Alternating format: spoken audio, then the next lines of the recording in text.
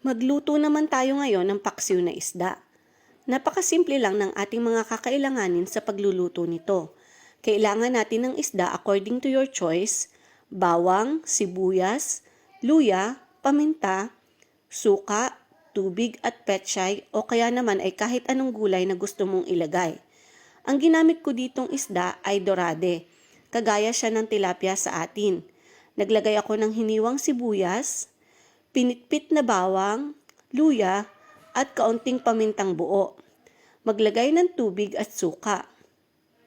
Ang dami ng tubig at suka ay dapat pantay lang.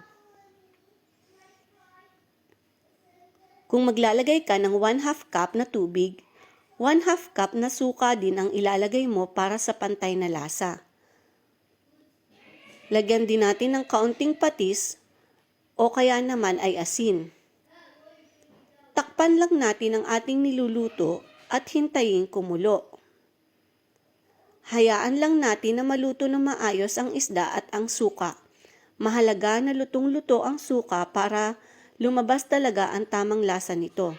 Kapag nakita natin na luto na ang ating isda, pwede na natin ilagay ang gulay na gusto natin. Ang ginamit ko dito ay pechay.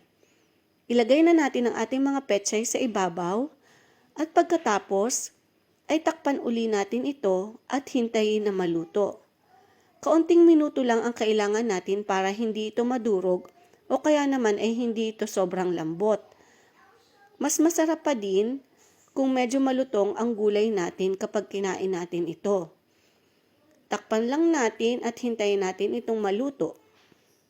At hayan, meron na po tayong masarap na paksiw na isda. Subukan mo na din. Napakasarap po nito lalo na sa maulang panahon. Thank you. Bye!